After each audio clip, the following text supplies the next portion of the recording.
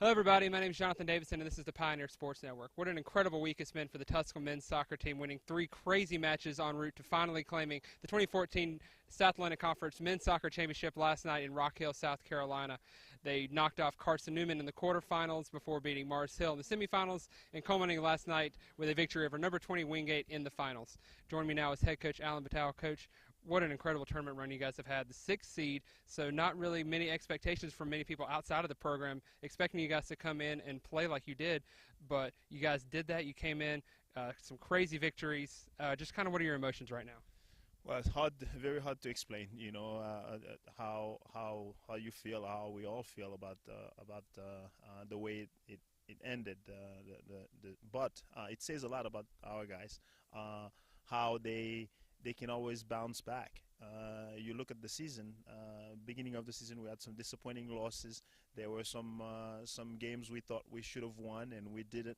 But you look how they always got themselves back on track and stayed in it. And I think all to the end, it was amazing when we played our last game of the season that we still had a chance to finish third, or I think we were just a couple of points away or a game away from finishing third or fourth, or the top four in the conference.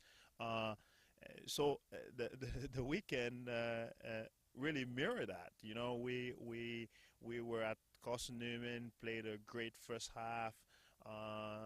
Looked like we're cruising to a 1-0 win, but we gave up a goal. They tied the game up. Carson Newman obviously at home, tough place to play, a very good team, but we found a way in the last minutes of the game. We scored the winner. Jonathan Spitzer put the winner away, and then off we went to the tournament. The Marseille game was perhaps the most dramatic because for sure I myself thought, okay, the game is over. It's seconds remaining on the clock, and Marseille again didn't give up.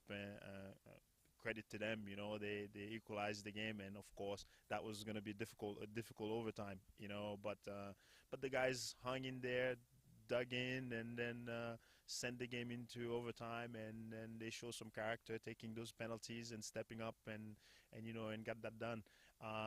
The finals, of course, we knew was always going to be difficult. We faced the regular season champions Wingate, who beat us in the first match.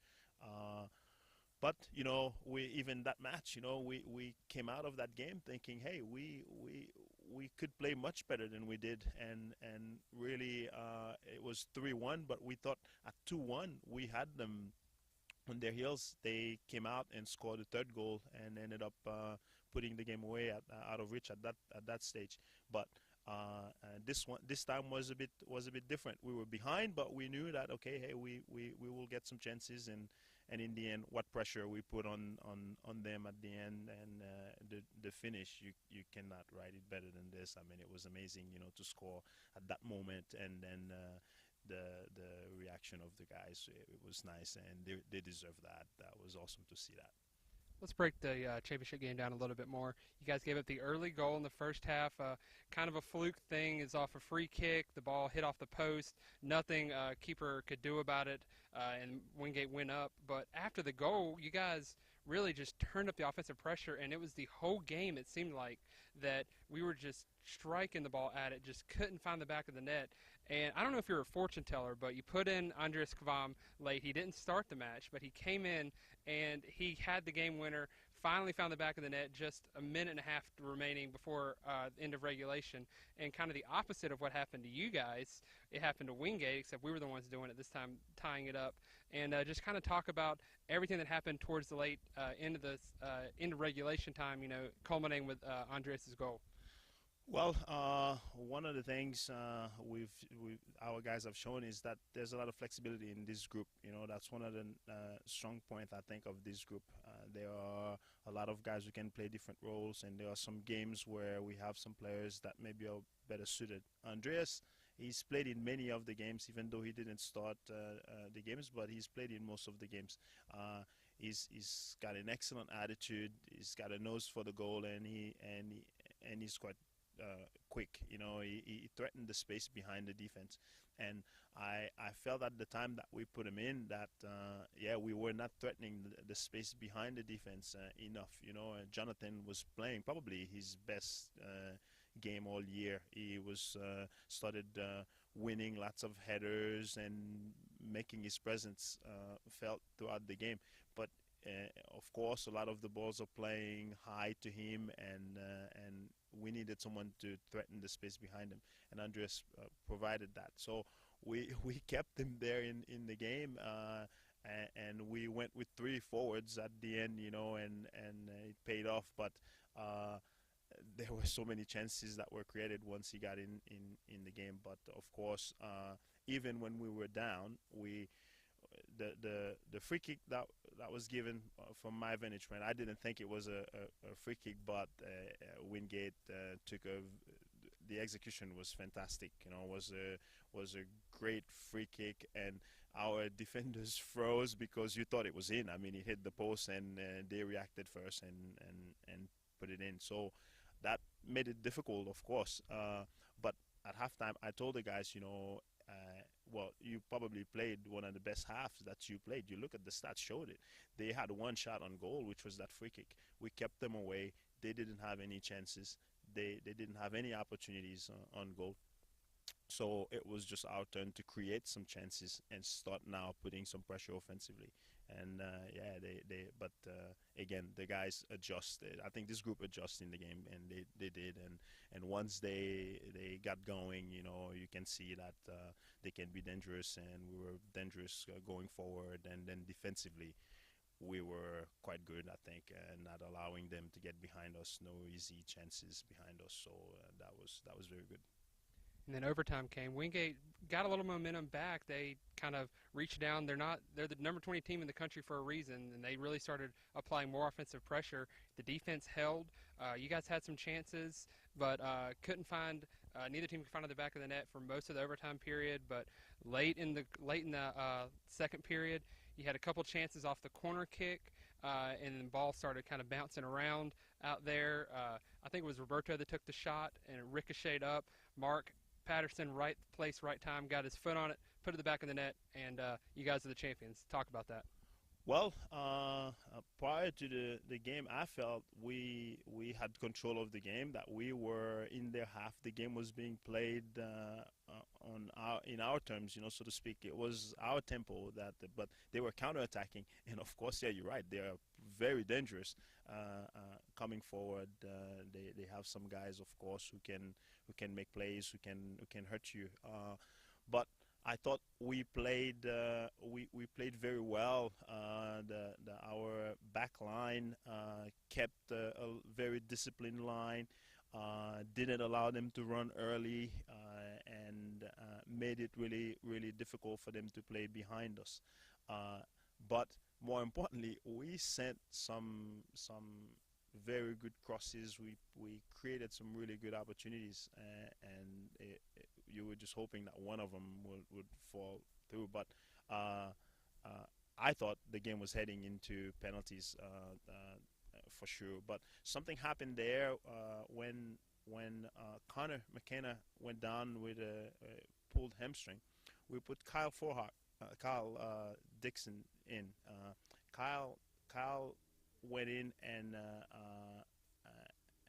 really just changed the game. Really, he sent a couple of very good balls in. Had a corner kick, a free kick before the corner, which that was amazing. That was an amazing play by the goalkeeper to keep that ball out. That went out for corner, and then the corner sent it in, came back out to him. The cross that he sent in luckily fell back to Roberto, who sent the ball in.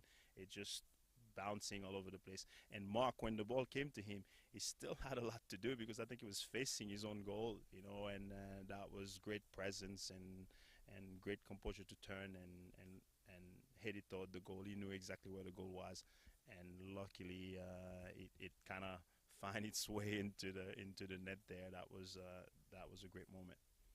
And for a guy like Mark, really just a storybook ending to his career here at Tusculum. He went down with a devastating injury. Not even sure if he was even going to be able to walk again, much less play soccer. But he comes back this season, made an impact on the team, and then got that final goal that won us the championship. Just talk about the player he is and what he's done for your program the last few years. Well, it's been fantastic to see him back on the field. To be honest, I thought, like you said, yeah, as many of us thought, okay, maybe he doesn't get to play soccer anymore. Well, at the time, I thought that's actually not the worst thing that can happen. I thought maybe he's gonna have a tough time walking and or functioning properly. He still struggles a bit, when he plays, and he needs to. He needs some time to recover, and obviously he still have some scar from this injury. But what a moment for him, to be the one who scored the final goal. So that was great to see that, and of course you can see the reaction of the team as well. When that happened. So yeah, you couldn't write it any better than that. That was great.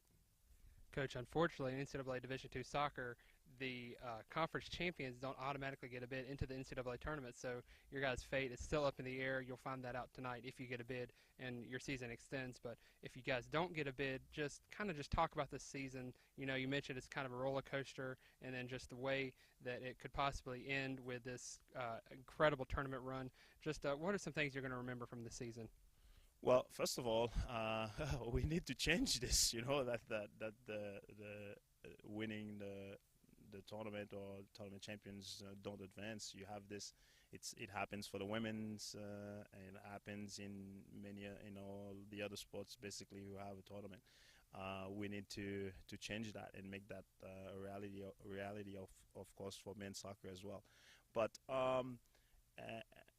we can't do anything about that. We don't have any control over what happens. So we hope that we've done enough for someone to have a look at our team. I think if we do get the opportunity, we certainly can do well. We are confident that we can play against anyone. We can play at the national level, but again, we need to get the opportunity. It's very close. To be fair, there are a lot of good teams that have done very well, so it's maybe a little bit unlucky for us. We had that great run in the end, but there are also some good teams in the region. Is tough as you know, so there are some teams that have made a strong case as well.